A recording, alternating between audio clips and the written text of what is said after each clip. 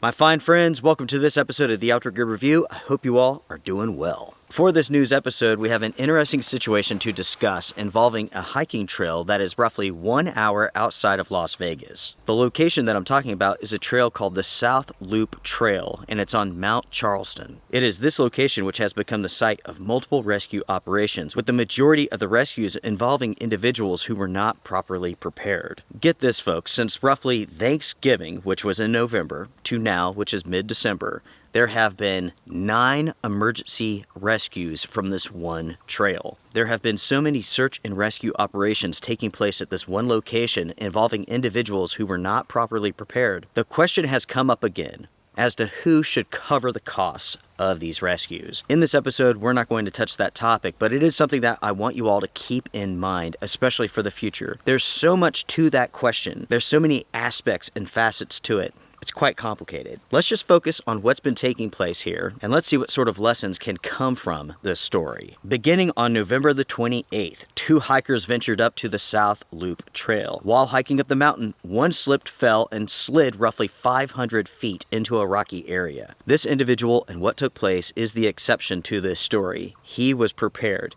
Everybody else has not been. This individual slid even though they were wearing the proper equipment, such as micro spikes. During the fall, this individual suffered a broken ankle. These 2 individuals were prepared for the conditions, but yet an accident took place. A few days later, on December 6th, 3 hikers encountered similar conditions. One of the members of this party slid 50 feet into a tree and broke her ankle. None of the hikers had traction equipment, which ultimately led to a high-stakes rescue operation in the area. On December 12th, 2 hikers were adventuring on the mountain and both ended up sustaining severe injuries. One of the individuals slid 100 feet, crashed into a tree, and suffered severe injuries to their legs. The other hiker also slid down the mountain and came to a stop on a ledge, which required an extensive rope rescue operation. As you guessed it, these 2 hikers did not have proper equipment. Then, a few days later, on December the 15th, another hiker was going up the mountain. He slid and suffered serious leg injuries. Just like the majority of the others, this person was not prepared, they did not have the proper equipment,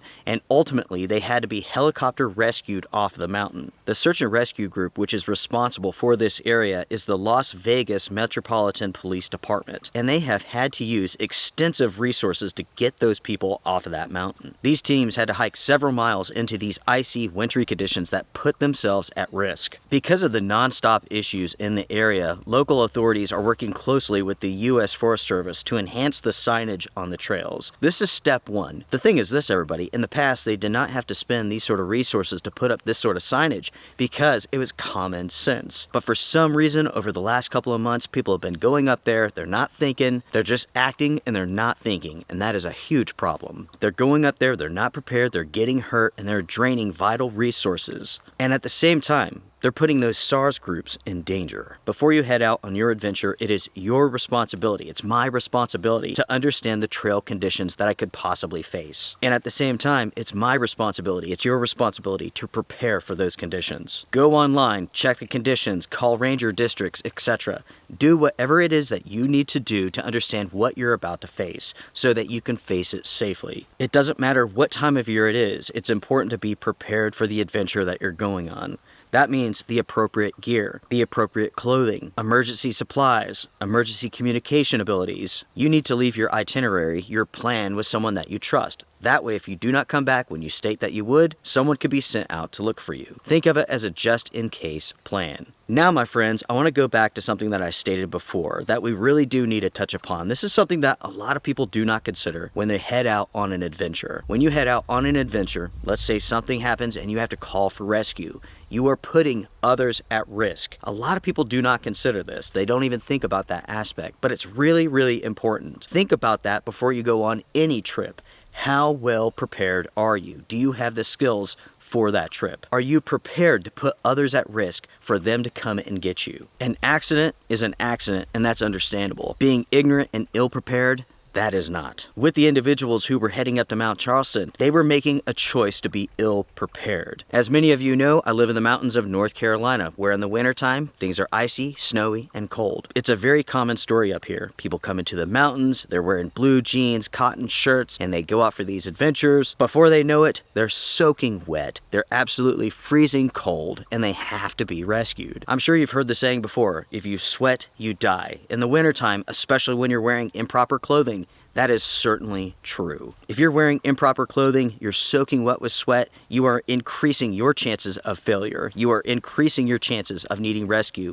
You are increasing your chances of being hurt or killed. I have personally seen this exact scenario play out over and over and over again here in the mountains. An ill-prepared hiker heads out for a trip, soaking wet, freezing cold. That is when search and rescue has to put their own lives at risk. They have to attempt to get those individuals, and at times, Black Hawk helicopters come in for air rescues. And that takes us over to the point that I mentioned at the beginning of this episode. When it comes to these search and rescue operations, who should pay for them? You may not know this, at least here in the United States, the majority of rescue operations are taxpayer funded. That means if I went out for a trip, I was ill prepared, I had to call in search and rescue and whatnot, a helicopter had to come and get me. We're talking about a pricey trip here. That means that my neighbor has to pay for that, right?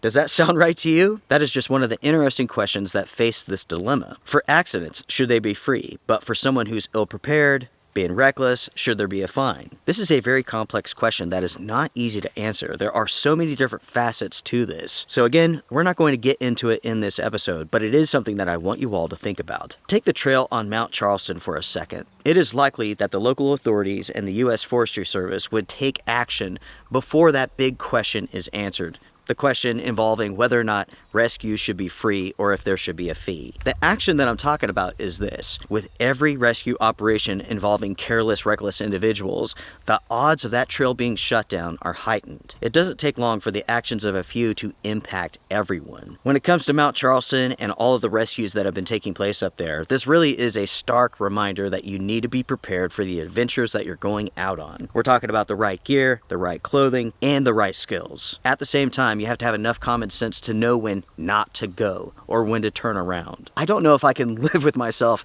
if I went out doing something reckless, right? And I had to put someone else in danger. That's why every single time that I go out on a trip, I make sure that I can handle the situation. Accidents are possible, but being ill prepared, being ignorant, that's by choice. And that's not a choice that I'm ever going to make. I will say this, everybody, before I go. I did not expect such an outpouring of support from outdoor companies concerning these news episodes. As it stands right now, I have heard from 5 outdoor companies concerning the news episodes that I've put up. And so far, the response has been the same from each of them. They stated that someone needs to be out here putting out this information. They need to hear about the accidents and the incidences that take place. Sometimes, like I said, it is an accident. Sometimes it's just people being careless. And there are times where both of these scenarios need to be presented and talked about. And that's what these news episodes are all about. With that being said, I am done. Everyone take care, be well, strength and honor. Hit the thumbs up before you go. It helps the channel. Oh yeah. I will see you all around again soon. Bye for now.